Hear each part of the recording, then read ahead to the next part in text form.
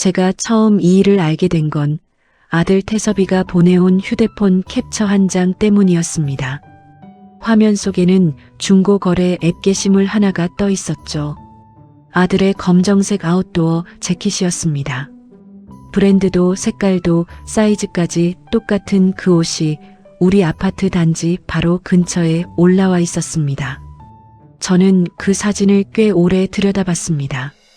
설마 싶으면서도 뭔가 싸늘하게 가라앉는 느낌을 떨칠 수가 없었습니다. 저는 노기탁, 올해로 65입니다.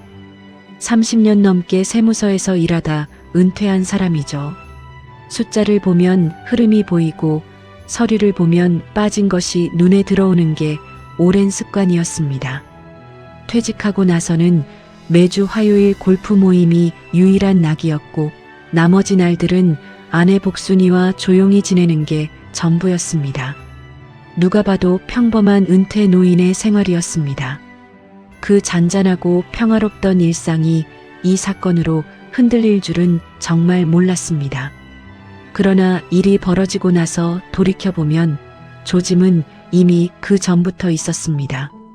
저는 아내 복순이와 단지 101동 302호에 살고 있습니다. 아들 태섭이와 며느리 하윤이는 같은 단지 201동 504호에 살았고요. 걸어서 3분도 안 되는 거리였습니다. 가깝다면 가까운 곳이었지만 저는 언제나 아들 내외 살림에 관여하지 않는 것을 원칙으로 삼아왔습니다.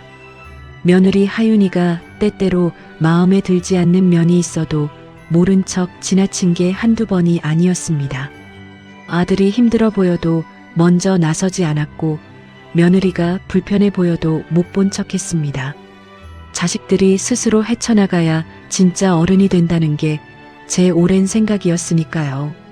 그래서 결혼 9년 동안 아들 내외 일에는 되도록 끼어들지 않으려 했습니다. 그게 잘한 것인지 이제 와서 생각하면 모르겠습니다. 그런데 넉 달 전 태섭이가 이혼 조정을 신청했습니다. 전화로 그 말을 들었을 때 저는 한동안 아무 말도 하지 못했습니다. 결혼한 지 9년이 지나도록 별 탈 없이 지내는 줄만 알았는데 그게 아니었습니다. 태섭이는 말을 길게 하지 않았습니다.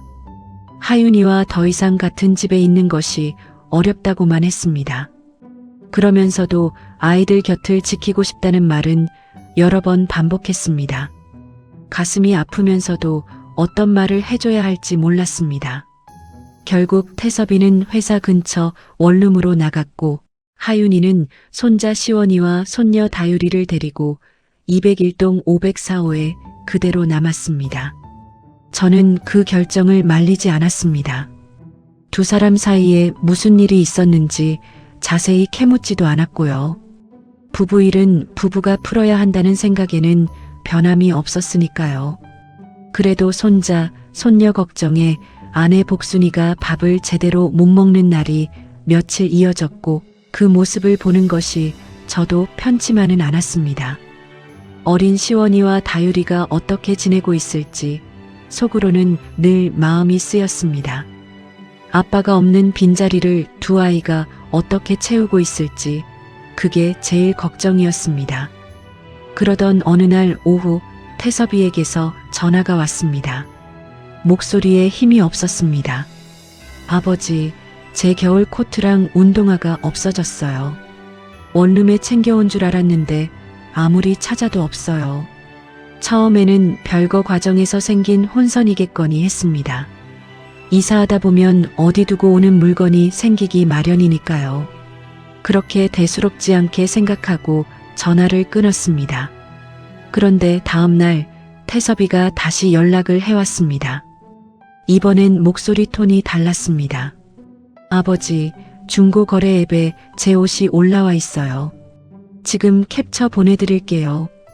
화면을 열자마자 저는 그 자리에서 굳어버렸습니다. 게시물의 거래 희망 장소는 우리 단지 바로 코앞이었습니다. 가입한 지 얼마 안 된 신규 계정이 올린 물건이었고요.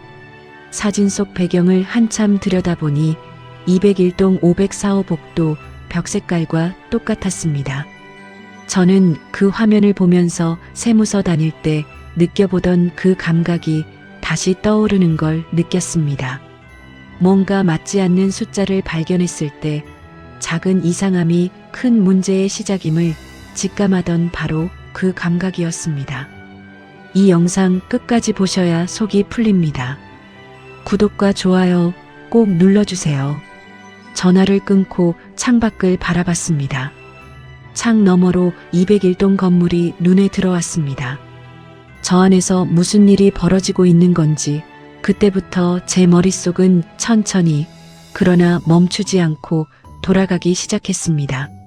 한 가지 실마리를 잡으면 끝까지 따라가는 것, 세무서 30년이 만들어준 제 방식이었죠.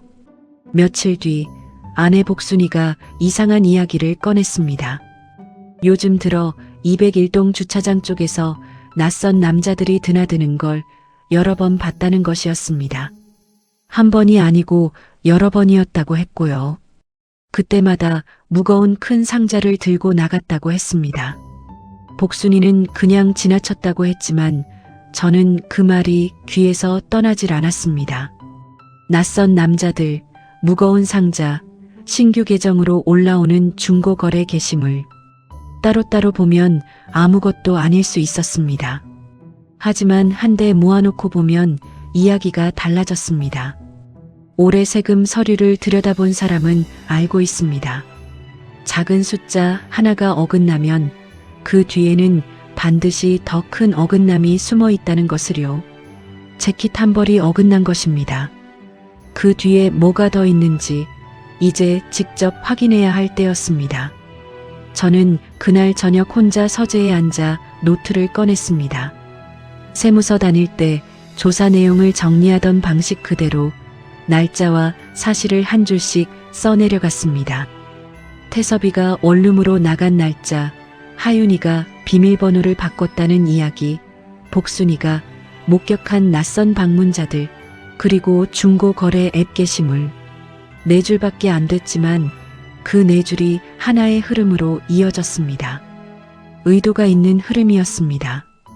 노트를 덮으면서 마음속으로 결심했습니다.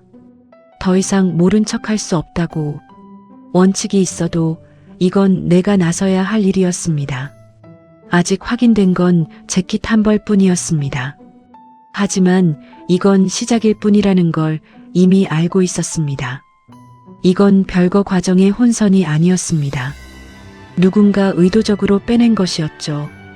그 누군가가 누구인지 저는 이미 짐작하고 있었습니다. 이제 확인만 하면 됐습니다. 태섭이가 원룸으로 나간 뒤 하윤이는 집 현관 비밀번호를 바꿨습니다. 태섭이가 남은 짐을 챙기러 갔다가 문 앞에서 발이 묶인 것이었습니다.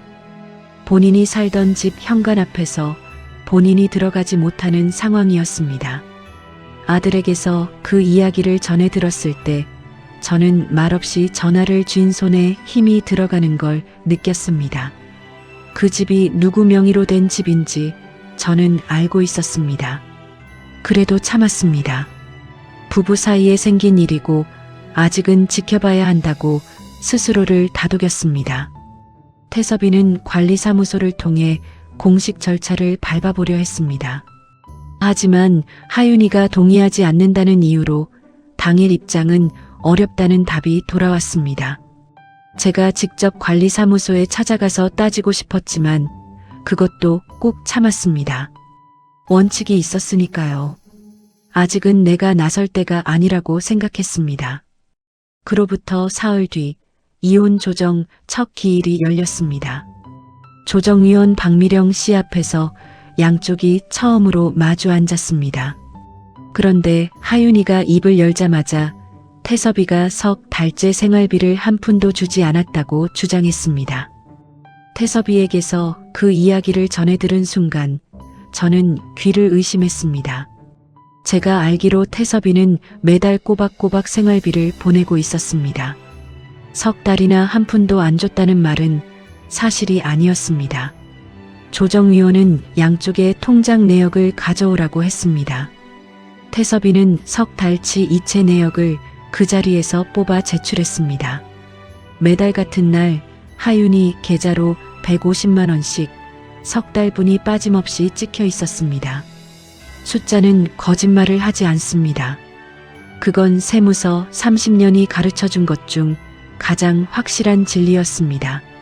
서류 앞에서 말이 달라지는 사람을 저는 그 30년 동안 참 많이 봤습니다. 그런데 그 사람이 내 며느리일 줄은 몰랐습니다. 태섭이 직장 동료 한승목 씨도 태섭이 월급 실수령이 310만 원 수준임을 알고 있었습니다. 거기서 원룸 월세와 본인 식비, 교통비를 빼고 나면 150만 원은 사실상 보낼 수 있는 최대치에 가까웠습니다. 아이들을 위해 쪼개보낸 돈이었습니다. 그런데 이체 내역이 나오자 하윤이는 미지급 주장을 거두지 않았습니다. 대신 말을 바꿨습니다. 150만 원으로는 아이 둘 키우기가 어렵다는 것이었습니다.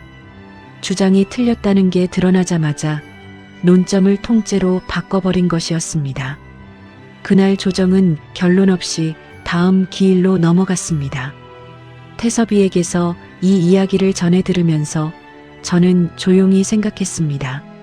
이런 방식을 저는 본 적이 있었습니다. 세무서에서 세금 조사를 받는 사람들 중에도 간혹 그런 이들이 있었습니다. 처음엔 자료가 없다고 합니다. 자료가 나오면 기억이 다르다고 합니다. 기억이 다르다는 것도 안 통하면 그건 원래 그게 문제가 아니었다고 합니다. 하윤이가 조정 기일에서 쓴 방식이 딱 그것이었습니다.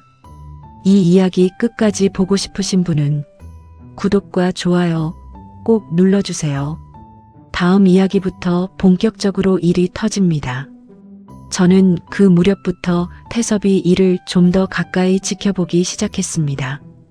지켜보는 것과 개입하는 것은 다릅니다. 아직은 지켜보는 쪽이었습니다. 하지만 마음 한켠에서 무언가 준비가 시작되고 있었습니다. 그날 저녁 아내 복순이에게도 조정 기일 이야기를 전했습니다.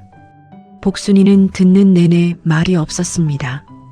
밥상을 물리고 나서야 천천히 입을 열었습니다. 한동안 며느리를 감쌌던 것이 후회된다고 했습니다. 없는 말을 지어내는 사람을 자기도 모르게 편들어온 것 같다고 했습니다. 저는 복순이의 그 말을 듣고 잠시 아무 말도 하지 않았습니다. 지금 눈앞에 보이는 것들이 한쪽으로 너무 기울어 있다는 것이 문제였습니다. 며칠 뒤 태섭이가 다시 연락을 해왔습니다. 중고거래 앱을 더 뒤져보니 본인 옷만이 아니었다는 것이었습니다. 운동화, 등산 가방, 등산용 스틱까지 목록을 만들어 보니 이미 사라진 물건이 꽤 됐습니다. 항목이 하나 늘고 또 하나 늘 때마다 우연이라는 말이 점점 설 자리를 잃어갔습니다. 이건 누군가 의도적으로 꽤 오래전부터 빼내고 있었던 것이었습니다. 노트를 덮으면서 저는 아들에게 한 가지를 물어봤습니다. 201동 창고 칸에 보관해둔 제 물건이 있는지 확인해달라고 했습니다. 골프 클럽 풀세트였습니다. 3년 전 태섭이에게 빌려준 것이었고요. 잠시 후 태섭이에게서 짧은 메시지가 왔습니다. 아버지, 창고를 봤는데 골프채 가방이 없어요. 저는 그 메시지를 3번 다시 읽었습니다. 태섭이 물건이 사라지는 것도 화가 났습니다. 그런데 제 물건까지 손을 댄 것이라면 이건 차원이 달랐습니다. 이제 선이 넘어간 것이었습니다. 화요일 아침이 되면 저는 을에 골프 가방을 챙깁니다. 은퇴하고 나서 생긴 습관이었습니다. 매주 화요일 골프 모임은 제게 그 주를 버티게 해주는 작은 낙이었으니까요. 세무서 다닐 때는 주말에도 일이 밀려 골프는 꿈도 못 꿨습니다. 은퇴하고서야 제대로 시작했는데 정혜구 씨를 비롯한 모임 동기들과 함께하는 그 시간이 진심으로 좋았습니다. 그런데 그 주 화요일은 가방을 챙기는 손이 멈춰버렸습니다. 오랜 골프 모임 동기 정혜구 씨와 함께 나가기로 한 날이었습니다. 평소에는 새로 장만한 채를 쓰고 있었는데 그 주에는 마침 샤프트 수리를 맡겨놓은 상태였습니다. 어쩔 수 없이 예전에 쓰던 구형 세트를 써야 했습니다. 그런데 그 구형 세트가 내 손에 없었습니다. 3년 전 태섭이가 골프를 처음 배운다고 해서 제가 쓰던 구형 세트를 넘겨줬던 것이었습니다. 그 뒤로 201동 504호 창고 칸에 보관해 두고 있다고 들었습니다. 태섭이가 창고를 확인하러 갔다가 없다고 연락이 온 게 바로 어제였습니다. 설마 진짜 없겠느냐 싶어서 제가 직접 201동 504호로 올라가 보기로 했습니다. 현관벨을 눌렀습니다. 잠시 후 하윤이가 문을 열었습니다. 저는 창고 칸에 보관해둔 골프채를 찾으러 왔다고 말했습니다. 하윤이는 그 자리에서 모른다고 했습니다. 창고에 뭔가 있었는지도 기억이 안 난다고 했습니다. 그러면서 더 이상 말을 잇지 않고 문을 닫아버렸습니다. 현관문이 닫히는 소리를 들으며 저는 그 자리에 잠시 서 있었습니다. 3년 전 제가 직접 가방을 들고 올라와 창고에 넣어줬습니다. 그때 태섭이 손에 쥐어주면서 잘 보관해 두라고 했습니다. 그날 태섭이도 옆에서 보고 있었습니다. 모른다는 말이 나올 수 없는 상황이었습니다. 발걸음을 돌리면서 저는 생각했습니다. 모른다고 말하는 사람과 정말 모르는 사람은 다릅니다. 정말 모르는 사람은 같이 찾아보자고 합니다. 모른다고 하면서 문을 닫아버리는 사람은 알고 있는 사람입니다. 그 차이를 세무서 다니면서 숱하게 봤습니다. 엘리베이터를 기다리면서 저는 이게 단순히 골프채 하나의 문제가 아닐 수 있다는 생각을 처음 했습니다. 빌려준 물건이 없어진 것이고 며느리는 모른다고 했습니다. 그런데 그 모른다는 말의 온도가 진짜 모르는 사람의 것과 달랐습니다. 정혜구 씨와 약속 장소에서 만나 그 이야기를 꺼냈습니다. 정혜구 씨는 잠깐 생각하더니 얼마 전 동네 중고 스포츠 거래 온라인 카페에서 비슷한 세트를 본 것 같다고 했습니다. 저는 그 자리에서 바로 카페를 찾아 들어갔습니다. 브랜드, 연식, 14개 구성 풀세트. 사진을 보는 순간 제 것이 맞았습니다. 흠집 난 자리까지 기억나는 제 골프채였습니다. 그러나 게시물에는 이미 판매 완료라고 찍혀 있었습니다. 판매자 계정은 가입한 지 얼마 안 된 신규 계정이었습니다. 그런데 게시물 아래쪽에 구매자가 남긴 후기 댓글 하나가 있었습니다. 저는 그 댓글 닉네임을 단서로 카페 안에서 다른 게시물을 더 찾기 시작했습니다. 같은 닉네임으로 올린 중고 거래 관련 글이 몇 개 더 있었습니다. 거래 장소로 쓴 위치가 한결같이 우리 단지 인근이었고 글투로 보아 근처에 사는 주민 같았습니다. 수소문 끝에 그분이 단지 인근에 사는 전봉길 씨라는 것을 알아냈습니다. 저는 직접 전봉길 씨를 찾아갔습니다. 전봉길 씨는 처음엔 영문을 몰라 어리둥절한 표정이었습니다. 저는 골프채 사진을 보여주며 이게 제 것이었다고 차분하게 설명했습니다. 전봉길 씨는 잠시 생각하더니 일주일 전 201동 주차장 앞에서 30대 여성에게 현금으로 샀다고 말했습니다. 자기도 중고 거래를 자주 하는 편이라 물건을 받을 때 꼼꼼히 확인하는 버릇이 있다고 했습니다. 그때 물건 확인하면서 사진을 찍어뒀어요. 잠깐만요. 전봉길 씨가 휴대폰을 꺼내 사진을 찾기 시작했습니다. 잠시 후 화면에 사진이 열렸습니다. 201동 주차장 앞이었습니다. 골프채 가방 옆에 서 있는 사람의 얼굴이 찍혀 있었습니다. 서하윤이었습니다. 밝은 낮 시간이었고 사진은 꽤 선명했습니다.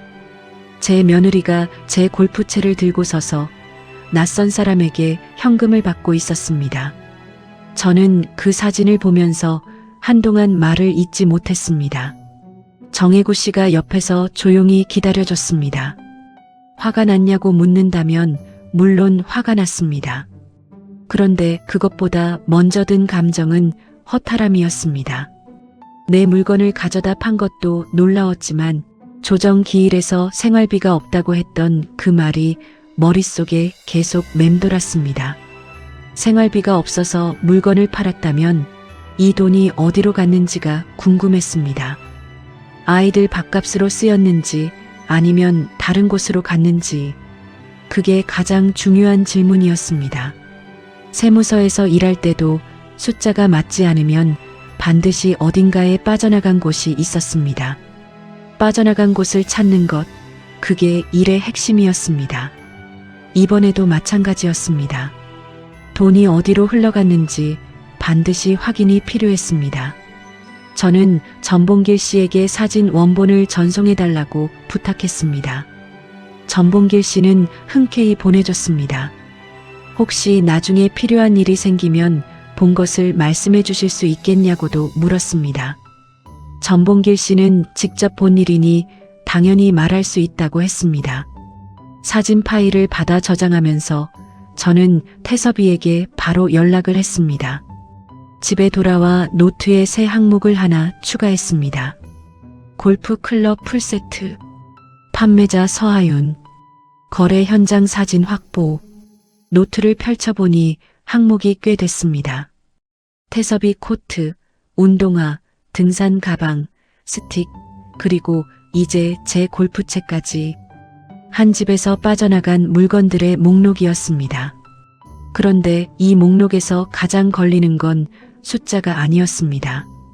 팔린 물건들이 아이들 것은 하나도 없다는 것이었습니다.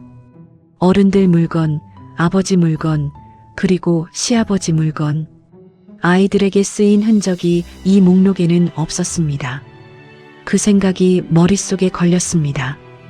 항목이 늘수록 마음은 무거워졌습니다. 하지만 동시에 해야 할 일이 점점 선명해지기도 했습니다. 이 모든 것을 제대로 정리해서 제대로 된 자리에서 꺼내야 한다는 것이었죠. 더 이상 혼자 지켜보는 것으로 끝낼 일이 아니었습니다. 이제는 내가 직접 나서야 할 때였습니다. 그리고 나서지 않으면 안 되는 일이 곧 하나 더 생겼습니다. 손자 시원이와 손녀 다율이 이야기였습니다. 매주 일요일 오후는 손자 시원이와 손녀 다율이를 데리고 단지 안 편의점에 가는 날이었습니다. 아이들이 직접 과자를 고르고 계산하는 것이 저와 복순이의 작은 낙이었습니다. 태섭이가 원룸으로 나간 뒤로는 그 시간이 더욱 소중해졌습니다. 아이들이 어떻게 지내는지 직접 눈으로 확인할 수 있는 거의 유일한 시간이었으니까요. 시원이는 새우과자를 좋아하고 다율이는 초콜릿 과자를 집어드는 게 늘 똑같았습니다. 그런 것을 발견할 때마다 괜히 마음이 뭉클해지곤 했습니다. 손주들과 함께하는 그 짧은 일요일 오후가 요즘 제게는 가장 마음이 놓이는 시간이었습니다. 이혼 조정이다, 중고 거래다, 골프채다, 그 모든 복잡한 것들을 잠깐 내려놓을 수 있는 시간이기도 했고요. 그래서인지 그 주 일요일 오후는 유독 평화롭게 느껴졌습니다. 이번 일요일도 마찬가지였습니다. 복순이가 시원이와 다율이에게 각각 10,000원짜리 한 장씩을 쥐어줬습니다. 두 아이는 편의점 안을 한 바퀴 돌며 좋아하는 과자를 골라 계산대에 올렸습니다. 거스름 돈을 손에 쥐고 나오는 두 아이 얼굴에 웃음이 가득했습니다. 그 모습을 보면서 복순이도 저도 잠깐 마음이 가벼워졌습니다. 아이들은 봉투를 양손에 들고 집으로 돌아갔습니다. 그 뒷모습을 보며 저도 복순이도 잠시 아무 말 없이 서 있었습니다. 그 오후가 그냥 좋았습니다. 그런데 다음날 점심 무렵이었습니다. 시원이와 다율이가 101동 302호 할아버지 집 초인종을 눌렀습니다. 어제와 달리 두 아이의 표정이 밝지 않았습니다. 복순이가 간식을 꺼내주면서 어제 산 과자는 다 먹었냐고 물었습니다. 엄마가 가져갔어요. 집에 오자마자요. 저는 그 말을 듣고 처음엔 잘못 들은 줄 알았습니다. 아이 말을 확인하듯 다시 한번 물었습니다. 엄마가 왜 가져갔대? 시원이는 잘 모르겠다고 했습니다. 그냥 봉투를 달라고 해서 드렸다고 했습니다. 다율이는 거스름 돈도 엄마 지갑에 들어갔다고 옆에서 덧붙였습니다. 아이 목소리에 별다른 감정이 없었습니다. 특별한 일이 아닌 것처럼 말하는 그 자연스러움이 오히려 더 마음을 무겁게 했습니다. 한 번 있은 일이었다면 저렇게 자연스럽게 말하지 않습니다. 여러 번 있어야 그게 당연한 것처럼 느껴지게 됩니다. 아이들에게 이 상황이 이미 익숙해진 것이었습니다. 그 사실이 물건이 사라진 것보다 더 깊이 마음을 찔렀습니다. 할아버지가 사준 과자 한 봉지를 마음대로 먹지 못하는 아이들을 생각하니 그냥 지나칠 수가 없었습니다. 저는 아이들에게 더 이상 묻지 않았습니다. 들쑤셔서 좋을 게 없었습니다. 화제를 돌리고 간식을 주면서 두 아이가 할아버지 집에서 편하게 쉬게 했습니다. 시원이는 소파에 앉아 만화를 봤고 다율이는 복순이 무릎에 기대 잠이 들었습니다. 아이들이 이 집에 오면 늘 저런 모습이었습니다. 긴장이 풀린 얼굴이었습니다. 저는 그 모습을 보면서 아이들이 여기서 더 쉬고 싶어 한다는 걸 느꼈습니다. 속으로 날짜를 기억해뒀습니다. 그리고 노트를 펼쳐 그 내용을 기록했습니다. 날짜, 아이들 진술, 내용 요약. 서너 줄이었지만 지나칠 수 없는 서너 줄이었습니다. 복순이는 그날 저녁 아무 말도 하지 않았습니다. 밥을 먹는 동안도 설거지를 하는 동안도 말이 없었습니다. 자리를 잡고 앉아서야 입을 열었습니다. 이제 며느리를 편들지 않겠다고 했습니다. 조용하지만 단호한 목소리였습니다. 복순이는 그동안 하윤이가 힘들다 할 때마다 태섭이 탓으로 돌렸다고 했습니다. 시어머니로서 며느리를 감싸는 것이 도리라고 생각했다고 했습니다. 그런데 아이들 과자 봉투까지 가져가는 사람을 더 이상 감쌀 수 없다고 했습니다. 복순이가 하윤이에게 마음을 완전히 돌린 것은 그날 저녁이었습니다. 저도 그날부터 생각이 바뀌었습니다. 그 전까지는 어른들 사이의 일이라고만 봤습니다. 어른들끼리 풀어야 할 문제라고 생각했습니다. 그런데 아이들 과자까지 가져가고 아이들 잔돈까지 챙긴다면 이건 다른 문제였습니다. 시원이와 다율이에게 직접 영향을 주는 일이었습니다. 앞으로의 이야기 놓치지 않으시려면 구독과 좋아요 부탁드립니다. 저는 태섭이에게 연락해서 하윤이가 아이들 생활비를 어떻게 쓰는지 아는 게 있냐고 물었습니다. 태섭이는 며칠 뒤 알아본 내용을 보내왔습니다. 학원비와 어린이집 비용은 계좌에서 자동이체로 나가고 있었습니다. 그런데 그 외에 아이들에게 직접 쓰인 지출 내역이 거의 없었습니다. 옷이나 신발, 학용품 구입 내역을 찾을 수가 없었습니다. 아이들이 간식 하나 사는 것도 할아버지 할머니가 데리고 나갈 때였습니다. 생활비가 없다고 조정에서 주장했던 사람인데 그 돈이 아이들에게 쓰이지 않고 있다면 그 돈은 어디로 간 것인지 그 질문이 노트 한 켠에 선명하게 남았습니다. 아이들은 할아버지 집에서 과자를 먹으면서도 집에 돌아가면 그 과자가 없어지는 생활을 하고 있었습니다. 그게 익숙한 일상이 되어버린 아이들을 생각하니 가슴이 먹먹했습니다. 저는 노트 첫 장을 펼쳐 처음부터 다시 읽었습니다. 중고거래 게시물, 사라진 물건들, 생활비 거짓 주장, 골프채 판매 사진, 아이들 진술, 지출 내역 부재. 하나씩 보면 각각의 사건이었습니다. 그런데 한 줄로 이으면 하나의 방향이 보였습니다. 이 모든 것이 같은 곳을 가리키고 있었습니다. 저는 서재 책상에 앉아 세무서 시절에 쓰던 조사 정리 양식을 꺼냈습니다. 이걸 제대로 채워 넣을 때가 됐다고 생각했습니다. 증거를 모으고 사실을 정리하고 제대로 된 자리에서 꺼내는 것. 30년 직장 생활이 준 마지막 쓸모가 바로 이 순간을 위한 것이었는지도 모르겠다는 생각이 들었습니다. 아이들을 위해서라도 이제는 제가 나서야 했습니다. 본격적인 준비를 시작할 때였습니다. 노트를 덮고 자리에서 일어나면서 저는 이미 마음을 굳혔습니다. 원칙을 지키는 것과 지켜봐야 할 것을 지키는 것은 다릅니다. 시원이와 다율이는 제가 지켜야 할 것이었습니다. 세무서에서 일하던 시절 조사 업무를 시작할 때는 항상 같은 순서가 있었습니다. 먼저 확인된 사실을 쓰고 그 다음 확인이 필요한 것을 쓰고 마지막으로 확보한 자료를 목록으로 정리하는 것이었습니다. 감정이 앞서면 순서가 뒤엉킵니다. 순서가 뒤엉기면 구멍이 생깁니다. 구멍이 생기면 상대방이 빠져나갈 자리가 생깁니다. 저는 그것을 30년 동안 배웠습니다.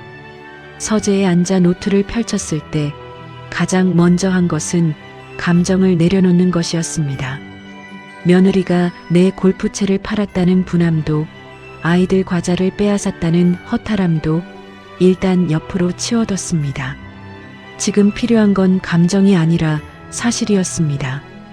그리고 사실은 이미 노트 안에 차곡차곡 쌓여 있었습니다. 노트에는 그동안 적어온 내용이 꽤 됐습니다. 태섭이 물건 분실 목록, 중고거래 게시물 캡처 날짜, 골프채 판매건, 아이들 진술, 생활비 이체 내역. 이것들을 항목별로 나눠 A사 용지에 날짜 순으로 다시 정리했습니다. 흐름이 보였습니다.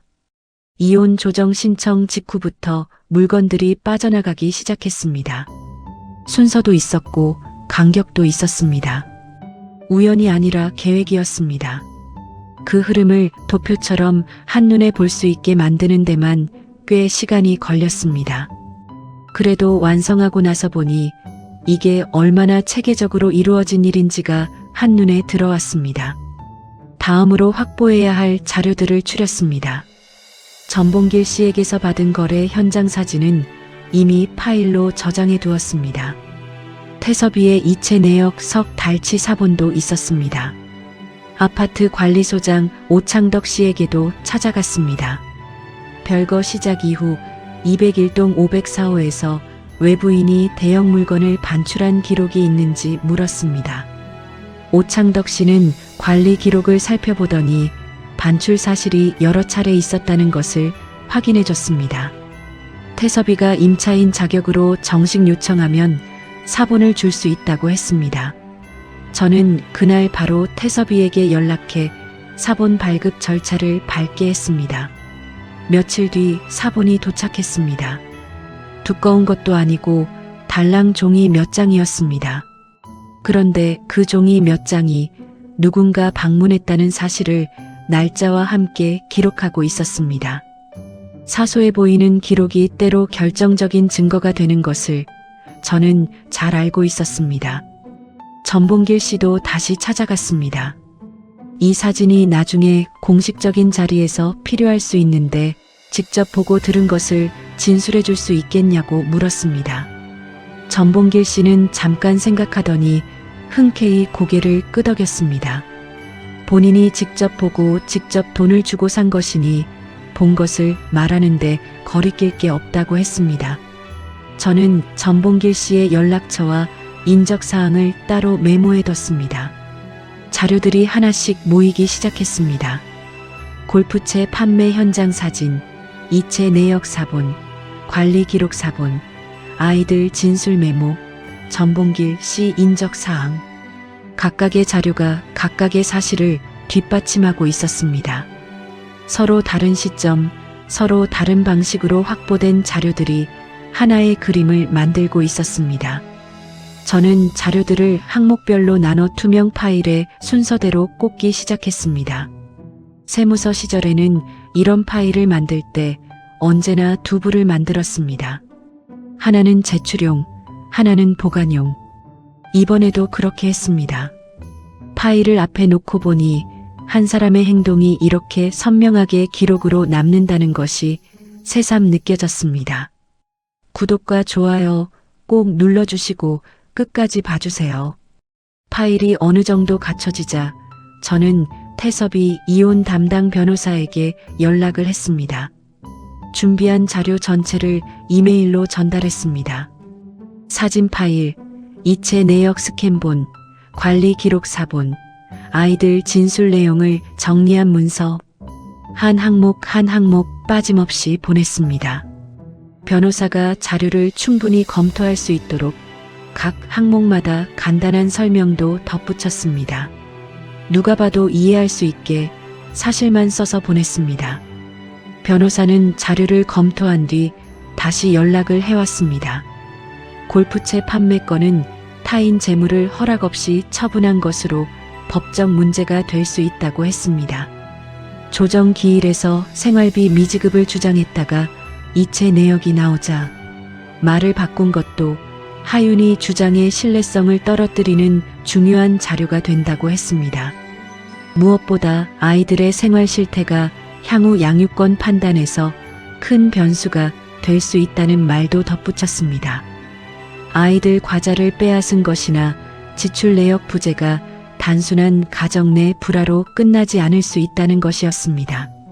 저는 변호사의 말을 들으면서 하나하나 받아 적었습니다. 아이들 이야기가 나왔을 때는 손이 잠깐 멈췄습니다. 그 말의 무게가 달랐습니다. 시원이와 다유리를 지키는 것이 이 싸움의 진짜 이유라는 걸 그때 다시 한번 분명히 느꼈습니다. 그날 밤 저는 서재에서 파일 2부를 앞에 놓고 잠시 멍하니 앉아 있었습니다. 며느리를 상대로 이런 자료를 꾸려야 하는 상황이 씁쓸하지 않은 건 아니었습니다. 9년 전 태섭이가 데려온 며느리였습니다.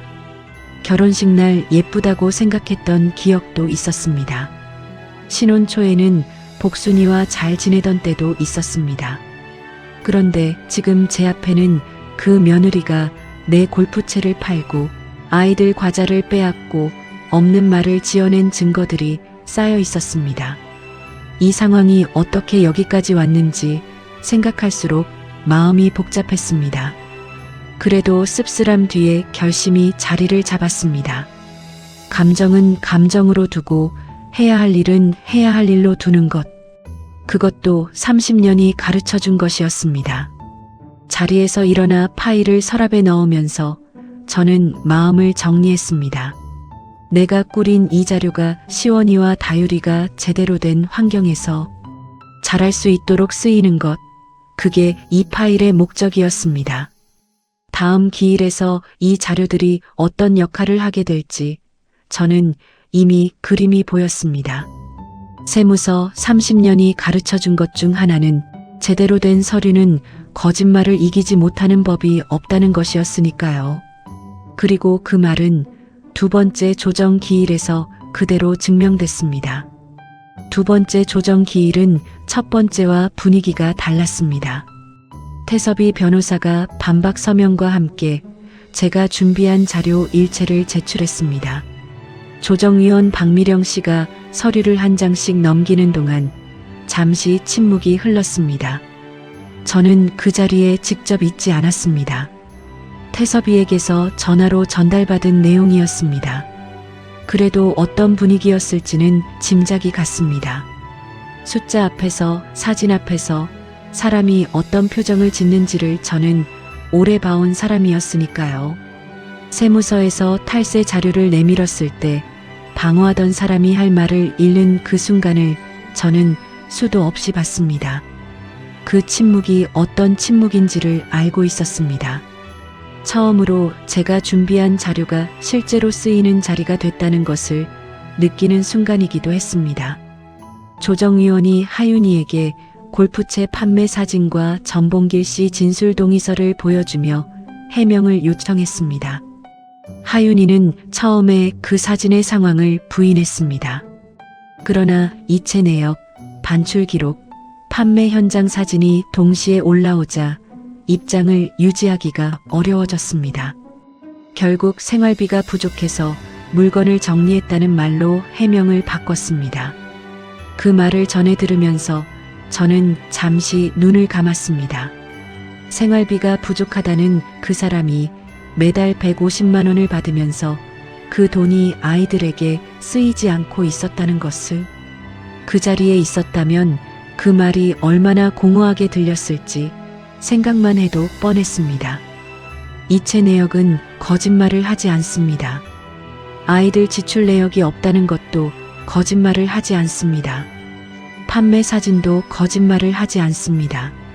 서류가 세 방향에서 같은 이야기를 하고 있었습니다. 조정위원 박미령 씨는 양쪽 모두에게 현실적인 조정안을 제시했습니다.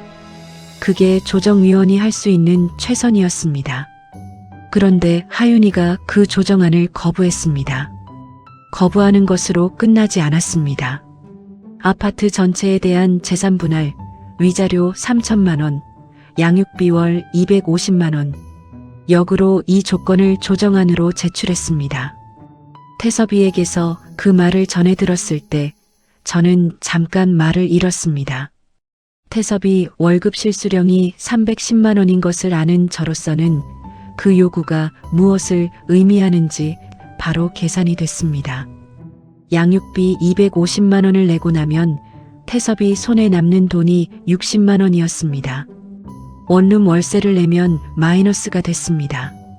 아파트 전체를 내주면 태섭이는 집도 돈도 아무것도 남지 않는 구조였습니다. 이건 이혼 조건이 아니었습니다. 상대방을 완전히 쓰러뜨리는 요구였습니다. 그것도 아이들을 명분으로 내세워서요. 아이들이 앞에 있으면 상대방이 함부로 못 버티는 것을 알고 그걸 이용하는 것이었습니다. 그 계산이 보이는 순간 저는 이를 악물었습니다. 생활비가 없어서 물건을 팔았다고 한 사람이 지금은 아이들을 위해 250만 원이 필요하다고 하고 있었습니다. 말이 상황에 따라 달라지는 사람이었습니다. 태섭이 변호사는 요구안이 재산과 소득 규모 대비 현저히 과도하다는 의견서를 제출했습니다. 그래도 하윤이는 물러서지 않았습니다. 조정위원 박미령 씨는 양측의 입장 차이가 너무 크다고 판단해 결국 조정 불성립을 선언했습니다. 사건은 가사소송 재판으로 넘어가게 됐습니다. 전화를 끊고 저는 서재에 앉았습니다. 예상 못한 결과는 아니었습니다. 하윤이가 처음부터 조정으로 마무리할 생각이 없었다는 것을 말을 바꾸는 방식과 요구안의 수위를 보면서 이미 짐작하고 있었습니다. 재판으로 가면 더 길고 더 복잡한 싸움이 됩니다. 태섭이가 버틸 수 있을지 걱정도 됐습니다. 원룸에서 혼자 지내면서 재판까지 끌어가는 것이 얼마나 지치는 일인지 생각하면 마음이 무거웠습니다. 그래도 전화 너머 태섭이 목소리는 생각보다 단단했습니다. 아이들을 위해서라면 끝까지 가겠다고 했습니다. 그 말을 들으면서 저는 다시 마음을 잡았습니다. 그런데 재판으로 넘어가면서 하나 달라지는 것이 있었습니다. 법원이 직접 아이들 생활 실태를 조사한다는 것이었습니다. 가사조사관이 아이들을 만나고 생활 환경을 보고 보고서를 작성합니다. 그 과정에서 그동안 제가 노트에 기록해온 것들, 그리고 아이들이 자연스럽게 말하는 것들이 공식적인 기록이 될 수 있었습니다. 조정 기일에서는 서류로만 맞섰습니다. 재판에서는 아이들 자신이 목소리를 낼 수 있게 됩니다. 그 생각이 들자 재판으로 넘어가는 것이 꼭 나쁜 일만은 아닐 수 있다는 생각이 들었습니다. 지금까지는 어른들의 주장이 맞서는 싸움이었습니다. 이제는 실제로 어떤 일이 있었는지를 아이들이 사는 공간이 직접 말해주게 되는 것이었습니다. 복순이에게 조정 결렬 소식을 전했습니다. 복순이는 한동안 말이 없다가 결국 잘 됐다고 했습니다. 숨겨진 것들이 제대로 된 자리에서 드러나야 한다는 뜻이었습니다. 저도 같은 생각이었습니다. 태섭이는 그 소식을 듣고도 크게 낙담하지 않았습니다. 오히려 이제라도 제대로 된 자리가 생겼다고 했습니다. 아들이 그렇게 말하는 것을 들으니 제가 준비한 파일이 헛것이 아니었구나 싶었습니다. 그 말 한마디가 지난 몇 달의 피로를 잠깐 덜어줬습니다. 재판이 시작됐습니다. 담당 판사로 강도연 판사가 배정됐다는 소식이 왔습니다.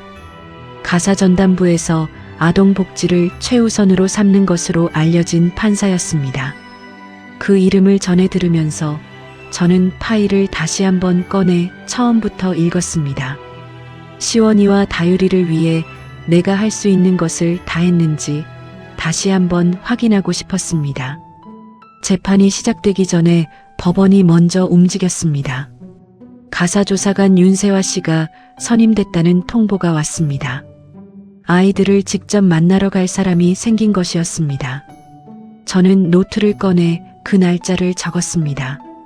드디어 시원이와 다유리에게 직접 말할 기회가 생겼습니다. 그 조사 과정에서 무엇이 드러나게 될지 저는 이미 알고 있었습니다. 가사조사관 윤세화 씨는 2차례 201동 504호를 방문했습니다.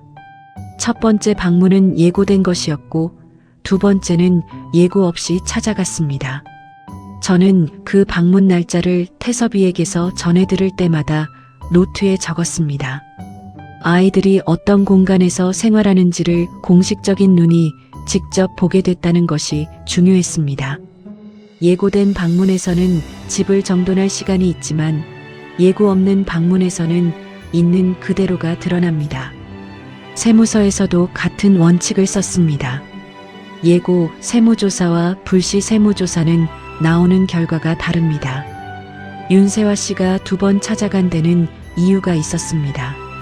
그 조사 결과가 재판에서 어떤 역할을 하게 될지 저는 이미 어느 정도 가늠하고 있었습니다. 조사가 시작됐다는 소식을 들은 날 복순이와 저는 저녁을 먹으면서 오랫동안 말이 없었습니다. 이제 우리가 할 수 있는 것은 다 했고 나머지는 법이 해야 할 차례였습니다. 그 무게가 달랐습니다. 윤세화 씨가 작성한 보고서는 나중에 태섭이 변호사를 통해 내용을 확인했습니다. 첫 번째 방문 때 냉장고 안이 거의 비어 있었다고 했습니다. 아이들 방에 책이나 학습 자료가 거의 없었다고도 했습니다. 방 청결 상태도 양호하지 않았다고 했습니다. 두 번째 방문 때도 상황은 크게 다르지 않았다고 했습니다. 예고가 있었던 첫 번째와 예고 없이 찾아간 두 번째 사이에 차이가 없다는 것이 의미하는 바가 있었습니다. 이게 일시적인 상황이 아니라 지속된 생활 방식이라는 것이었습니다. 윤세화 씨는 단순히 집안을 살피는 것으로 끝내지 않았습니다. 시원이가 다니는 초등학교 담임 선생님도 직접 찾아갔습니다. 담임 선생님은 시원이가 아침을 굶고 오는 날이 종종 있다고 했습니다. 준비물을 가져오지 못하는 일도 자주 있다고 했습니다. 선생님도 그 점이 마음에 걸렸는지 가정 사정에 대해 여러 번 생각한 적이 있다고 했습니다. 다유리 어린이집 담당 선생님도 만났습니다. 다유리는 어린이집 입소 이후 하윤이가 부모 참여 행사에 한 번도 온 적이 없다고 했습니다. 다유리가 배가 고프다고 했던 날들이 몇 번 있었다고도 했습니다. 담임 선생님이 특별히 간식을 더 챙겨준 적도 있다고 했습니다. 그 이야기를 전해 들으면서 저는 편의점 앞에서 아이들이 과자를 고르던 모습이 떠올랐습니다. 그게 아이들에게 쉽지 않은 일이었다는 것을 그제야 더 선명하게 느꼈습니다. 선생님이 챙겨준 간식이 그날 그 아이의 유일한 간식이었을지도 몰랐습니다. 윤세화 씨는 두 아이를 각각 개별 면담으로 만났습니다. 시원이는 9살이었습니다. 아이답지 않게 또렷하게 말했다고 합니다. 아빠 곁에서 살고 싶다고 했습니다. 아빠가 없으니 할아버지 할머니 집에 자주 가고 싶은데 엄마가 싫어한다고도 했습니다. 집에 있으면 엄마가 늦게 들어오는 날이 많고 혼자 다유리를 챙기는 날도 있다고 했습니다. 9살짜리가 그 말을 별일 아닌 듯 했다는 게 더 마음이 아팠습니다. 아이는 그게 이상한 일인지도 몰랐을 수 있었습니다. 그게 시원이에게는 그냥 일상이었을 것입니다. 그 일상이 이상하다는 것을 이제는 누군가 아이에게 알려줘야 했습니다. 다율이는 6살이었습니다. 할아버지 집에 더 있고 싶다고 했습니다. 엄마한테는 하고 싶은 말을 못한다고 했습니다. 왜 못하냐고 물으니 엄마가 무섭다고 했습니다. 다율이 그 말이 보고서에 그대로 기록됐습니다. 6살짜리가 엄마를 무서워한다는 것이 보고서 안에서 짧은 한 줄이었지만 그 무게는 짧지 않았습니다. 편의점에서 돌아온 날 과자를 빼앗기면서도 아무 말 못하던 아이였습니다. 그 침묵이 무엇이었는지 이제 보고서 안에서 설명이 됐습니다. 윤세화 씨의 보고서는 결론을 이렇게 냈습니다. 현재 양육 환경은 아동의 기본적인 생활이 일관되게 충족되지 않고 있다. 아버지 측 환경과 조부모의 정기적 지원을 고려할 때 아버지가 양육 주체가 되는 것이 아동의 복리에 보다 유리하다. 이 결론이 담긴 보고서가 재판부에 제출됐습니다. 저는 변호사가 그 문장을 읽어줄 때 말없이 들었습니다. 공식적인 언어로 적힌 문장이었지만 그 안에 시원이와 다율이가 있었습니다. 냉장고가 비었던 그날, 다율이가 배가 고프다고 했던 날, 시원이가 혼자 동생을 챙겼던 날, 그 모든 날들이 보고서 한 장으로 압축된 것이었습니다. 저는 그 내용을 전해 들으면서 오랫동안 말이 없었습니다. 냉장고가 비어 있었다는 것, 아이들이 배가 고팠다는 것, 시원이가 혼자 다율이를 챙겼다는 것, 그게 전부 공식 기록으로 남게 됐습니다. 제가 노트에 적어온 것들이 작은 조각이었다면 이 보고서는 그 조각들을 완성하는 마지막 부분이었습니다. 아이들이 처한 상황이 이제 더 이상 어른들의 주장 싸움이 아니게 됐습니다. 공식적인 기록이 시원이와 다율이 편에 섰습니다. 그 사실 하나가 지난 몇 달을 버티게 해준 것들을 한꺼번에 의미 있게 만들어줬습니다. 복순이는 그 이야기를 듣고 눈시울을 붉혔습니다. 어린 것들이 그동안 얼마나 힘들었을지 말을 잇지 못했습니다. 저도 할 말이 없었습니다. 두 사람이 나란히 앉아 한참을 그렇게 있었습니다. 복순이가 먼저 입을 열었습니다. 다음 주 일요일에 시원이랑 다율이를 데리고 나가서 이번엔 집에 돌아가서도 먹을 수 있는 것들을 가방 가득 사줘야겠다고 했습니다. 저는 그렇게 하자고 했습니다. 판결이 나기 전에는 그게 제가 할 수 있는 것이었습니다. 판결이 나면 더 많은 것을 해줄 수 있게 될 것이었습니다. 그날을 기다리며 저는 서랍 안의 파일을 다시 한번 닫았습니다. 이제 판결만 남았습니다. 강도연 판사가 무엇을 중요하게 볼지 저는 이미 알고 있었습니다. 아이들이 어떤 환경에서 살고 있는지 보고서가 다 말해줬으니까요. 선고 당일 저는 법원에 가지 않았습니다. 태섭이가 결과를 전화로 알려주겠다고 했습니다. 저도 그렇게 하겠다고 했습니다. 복순이와 둘이 거실에 앉아 기다렸습니다. 평소와 다름없이 TV를 켰지만 화면이 눈에 들어오지 않았습니다. 복순이는 손에 리모컨을 쥔 채로 한마디도 하지 않았습니다. 시계를 보지 않으려 했는데 자꾸 눈이 갔습니다. 그 침묵이 어떤 침묵인지 둘 다 알고 있었습니다. 그동안 준비한 자료들, 노트에 적은 날짜들, 전봉길 씨가 보내준 사진, 윤세화 씨의 보고서, 그것들이 지금 법정에서 무게를 발휘하고 있는 중이었습니다. 제가 할 수 있는 것은 다 했다고 생각했습니다. 그래도 기다리는 시간은 길었습니다. 오후 2시가 조금 넘었을 때 태섭이에게서 전화가 왔습니다. 아버지, 목소리를 듣는 순간 저는 직감했습니다. 세무서에서 일할 때 결과가 좋을 때와 나쁠 때 사람 목소리가 달랐습니다. 태섭이 목소리가 좋은 쪽이었습니다. 양육권은 제가 받았어요. 저는 그 말을 듣고 잠시 아무 말도 하지 못했습니다.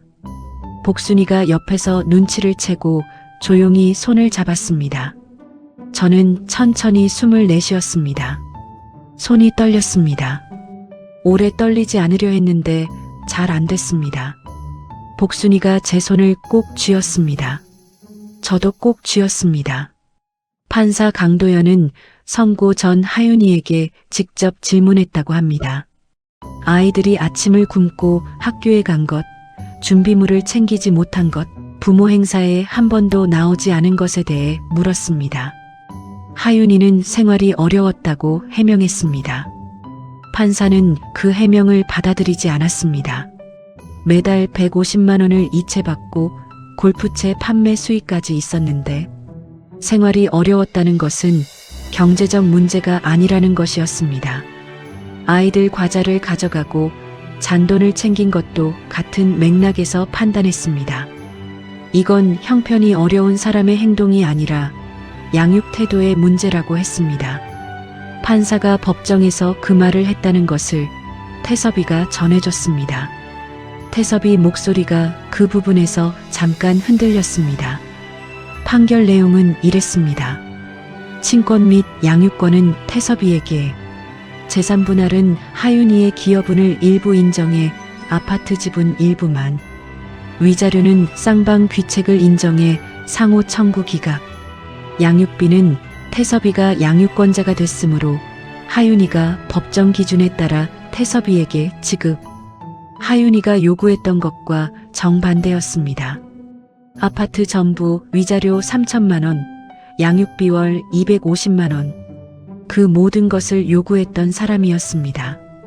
그런데 아파트는 일부만 받게 됐고 위자료는 한 푼도 받지 못하게 됐습니다. 양육비는 받는 것이 아니라 내야 하는 처지가 됐습니다. 그것도 아이들을 명분으로 요구했다가 아이들 때문에 뒤집혔습니다. 세무서에서 세금을 피하려고 숨긴 것이 더 크게 드러나는 일을 많이 봤습니다. 이번이 딱 그 경우였습니다. 숨기려 한 것이 더 크게 드러난 것이었습니다. 태섭이는 원룸 계약을 정리하고 201동 504호로 돌아왔습니다. 하윤이는 판결 이후 짐을 싸서 나갔습니다. 시원이와 다율이는 다시 아빠와 함께 201동 504호에서 살게 됐습니다. 저는 이사하는 날 101동 302호에서 201동 504호까지 걸어갔습니다. 3분도 안 되는 그 거리를 그날만큼은 천천히 걸었습니다. 넉 달 동안 그 거리를 오가며 얼마나 많은 생각을 했는지가 떠올랐습니다.